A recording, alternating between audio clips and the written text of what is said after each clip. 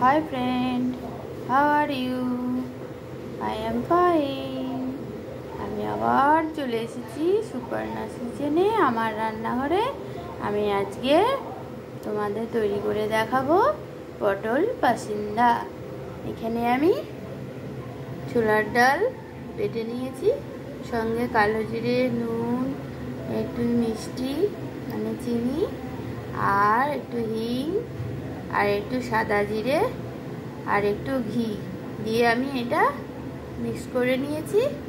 নিয়ে এবার আমি পটলের মধ্যে এইগুলোকে ভরে দেব।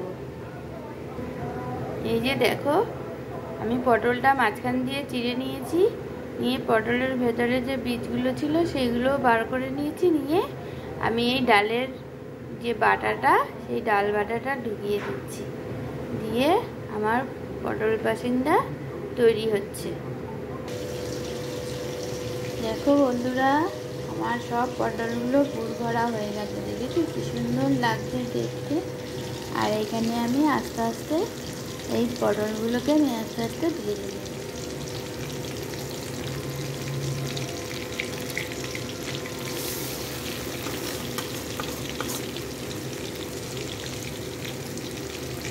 অল্প আগুন করে রাখবো আর একটু লাল লাল করে ভেজে তুলে নেব। দেখো বন্ধুরা, আমার পটল পাসিন্দার পিসগুলো কি সুন্দর লাগছে, লাল লাল করে ভেজে নিয়েছি। আর এইটা গ্রেভি করার জন্য তোমরা এরকমও পরিবেশন করতে পারো, দারুণ লাগবে গরম ভাতে। আর এটা গ্রেভি করেও খেতে পারো। এখানে আমি গ্রেভি করার জন্য মশলা নিয়েছি আদা কুচি, লঙ্কা 4-5টা, একটা মাঝারি সাইজের টমেটো পিস করে নিয়েছি, জিরে গুঁড়ো, লঙ্কা গুঁড়ো, স্বাদ মতো নুন, হলুদ আর একটু মিষ্টি। আমার সব পটলগুলো ভাজা হয়ে গেছে। এবার আমি ফোড়নের মধ্যে দেব সাদা জিরে,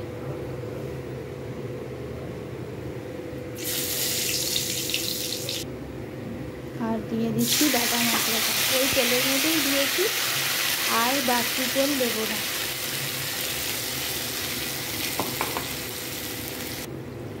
আর দিয়ে দেবো একটু হিং।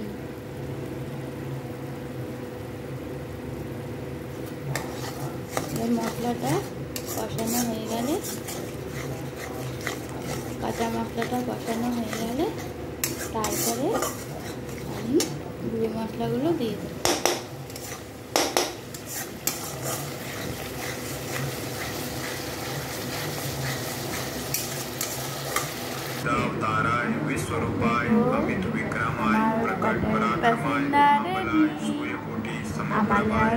আমার এই রেসিপিটা যদি তোমাদের ভালো লাগে, বিশেষ করে ভেজিটেরিয়ানদের জন্য, তাহলে তোমরা আমার চ্যানেলটাকে লাইক করবে, কমেন্ট করবে, শেয়ার করবে আর সাবস্ক্রাইব করে আমার পাশে থাকবে। Thank you.